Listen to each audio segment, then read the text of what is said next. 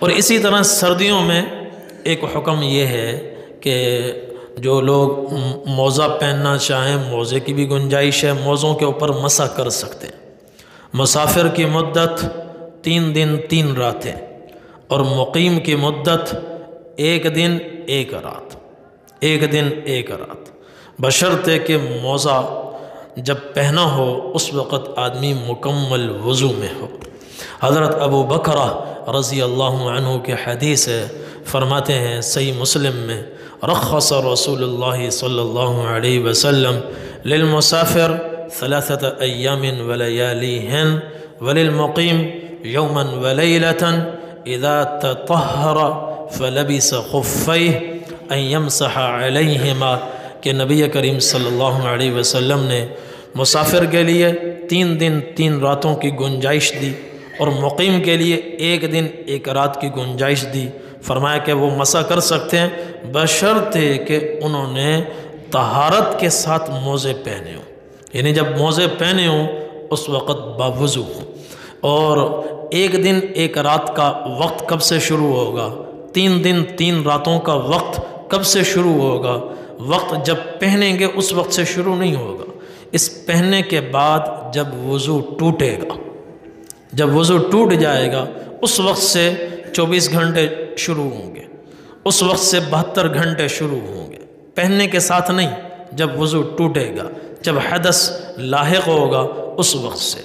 اور خود نبی کریم صلی اللہ علیہ وسلم نے موزے پہنے ہیں اور آپ نے مسح فرمایا ہے۔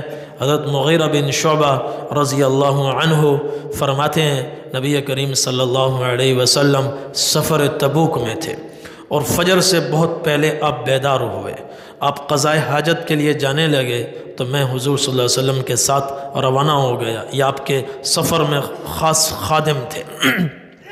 پانی لیا اور میں آپ کے ساتھ ساتھ چلنے لگا، حضور اپنی سواری پر تھے، میں اپنی سواری پر تھا۔ آگے جا کر میں نے آپ صلی اللہ علیہ وسلم کو چھوڑ دیا، آپ مزید آگے تشریف لے گئے، قضاء حاجت فرمائی، واپس تشریف لائے تو اس وقت آپ نے موزے بھی پہنے ہوئے تھے اور ایک اونی جبہ بھی آپ نے پہنا ہوا تھا۔ آپ تشریف فرما ہوئے، میں نے پانی گرایا، آپ کو وضو کرایا، آپ نے ہاتھ دھوئے، چہرہ دھویا، اور جب بازو دھونے کی باری آئی تو ذهب يحسر عن ذراعيه، وہ جبے کی آستین آپ اوپر چڑھانے لگے، تو آستین اس کی تنگ تھی تو وہ آستین اوپر نہ چڑھی تو نبی کریم صلی اللہ علیہ وسلم نے اندر سے دونوں ہاتھ نکالے، وَأَلْقَ الْجُبَّةَ عَلَى مَنْكِبَيْهِ، صحابہ نے دیکھو کتنے نقشے کھینچے، ایک ایک بات کو لیا ہے، اور جبہ آپ نے کندھوں پر ڈالا، پھر آپ نے بازو دھوئے اور پھر اس کے بعد سر کا مسح فرمایا، اور میں وضو کروا رہا ہوں، اور جیسے ہی آپ نے سر کا مسح فرمایا میں نے پانی ایک طرف رکھا اور نیچے ہو کر آپ کے موزے اتارنے لگا۔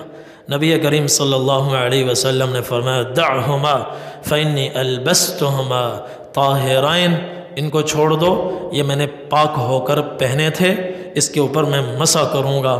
چنانچہ نبی کریم صلی اللہ علیہ وسلم نے مسح فرمایا، پھر آپ اپنی سواری پہ سوار ہوئے، میں اپنی سواری پہ سوار ہوا، آئے ہم لشکر کی طرف، لشکر کے قریب پہنچے تو فجر کا وقت تنگ ہو رہا تھا، تو صحابہ کرام نے حضرت عبد الرحمن بن عوف رضی اللہ عنہ کو آگے مصلی پر کھڑا کر دیا تھا، نماز شروع ہو چکی تھی، 1 رکعت ہو چکی تھی۔ فرمایا جب ہم قریب آئے تو حضرت عبد الرحمن رضی اللہ عنہ کو دوران نماز محسوس ہو گیا کہ آپ صلی اللہ علیہ وسلم تشریف لا رہے ہیں، تو وہ مصلی سے پیچھے ہٹنے لگے، آپ نے اشارہ فرمایا اپنی جگہ رہو، نماز پڑھاتے رہو۔ چنانچہ وہ نماز پڑھاتے رہے اور فرماتے ہیں میں اور حضور پاک صلی اللہ علیہ وسلم صف میں کھڑے ہوئے، حضرت عبد الرحمن کے پیچھے ہم نے 1 رکعت نماز پڑھی، اور جب انہوں نے سلام پھیرا تو کھڑے ہو کر پھر ہم نے اپنی بقیہ 1 رکعت ادا کی۔ تو اس سفر میں ایک نماز نبی کریم صلی اللہ علیہ وسلم نے حضرت عبد الرحمن بن عوف رضی اللہ عنہ کے بھی پیچھے پڑھی ہے۔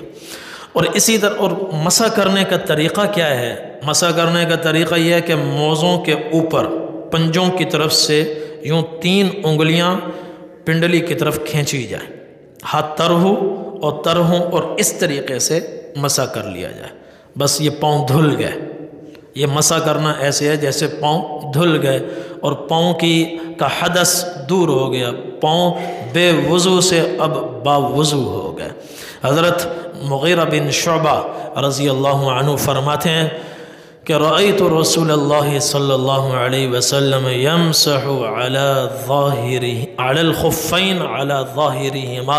میں نے نبی کریم صلی اللہ علیہ وسلم کو موزوں پر مسح کرتے ہوئے دیکھا. آپ نے موزوں کے اوپر مسح کیا، موزوں کے نیچے مسح نہیں کیا، موزوں کے اوپر مسح کیا. اور حضرت علی رضی اللہ عنہ کی حدیث اس بارے میں بڑی عجیب ہے. وہ فرماتے ہیں لو کان الدین بالرأش، اگر دین عقل پرستی کا نام ہوتا، اگر دین رائے پر چلنے کا نام ہوتا، اپنی عقلی گھوڑے دوڑانے کا نام اگر دین ہوتا تو لکان اسفل الخف اولا بالمسح من ظاہرہما، تو پھر موزے کے تلووں پر مسح کرنا زیادہ بہتر تھا اوپر مسح کرنے سے. عقل یہ کہتی ہے تلوے زیادہ غبار آلود ہوتے ہیں، عقل کہتی ہے نیچے مسح کرو، مگر دین عقل پرستی کا نام نہیں ہے، عقلی گھوڑے دوڑانے کا نام نہیں ہے. دین کس کا نام ہے؟ ما جاء به النبی صلی اللہ علیہ وسلم، جو حضور صلی اللہ علیہ وسلم دین لے کر آئے اس کو لینا اور اس کی اتباع کرنا، اس کا نام دین ہے. فرمایا حضرت علی فرماتے ہیں اگر دین عقل پرستی کا نام ہوتا تو میں نیچے مسح کرتا. ولیکن رأیت رسول اللہ صلی اللہ علیہ وسلم یمسح علی ظاہرہما، میں نے نبی کریم صلی اللہ علیہ وسلم کو نیچے مسح کرتے ہوئے نہیں دیکھا، اوپر مسح کرتے ہوئے دیکھا. اس لیے ہم اپنی عقل کو ایک طرف پھینک دیں گے، ہم اتباع کریں گے حضور پاک صلی اللہ علیہ وسلم کا. اور ایک مسئلہ اور کہ مسح علی الخفین، موزوں پر مسح، یہ بے وضوئی کی حالت میں تو کیا جا سکتا ہے، لیکن اگر کسی کو جنابت لاحق ہو جائے تو پھر موزوں پر مسح نہیں کیا جا سکتا. حضرت صفوان بن عسال رضی اللہ عنہ کی روایت ہے، فرماتے ہیں کان رسول اللہ صلی اللہ علیہ وسلم یأمرنا اذا كنا سفرا الا ننزع خفافنا 3 ایام ولیلیہن الا من جنابت ولكن من نوم او بول. فرمایا جب ہم سفر پر ہوتے نبی کریم صلی اللہ علیہ وسلم ہمیں حکم فرمایا کرتے تھے کہ قضاء حاجت کی وجہ سے، بول و براز کی وجہ سے، نیند کی وجہ سے اپنے موزے مت اتارو، موزے مت اتارو. ہاں کسی کو جنابت لاحق ہو جائے پھر موزے اتار لیا کرو، پھر غسل کرو، اس کے بعد پاک ہو کر پھر پہن لو، پھر سے مدت آگے بڑھ جائے گی. تو یہ سردی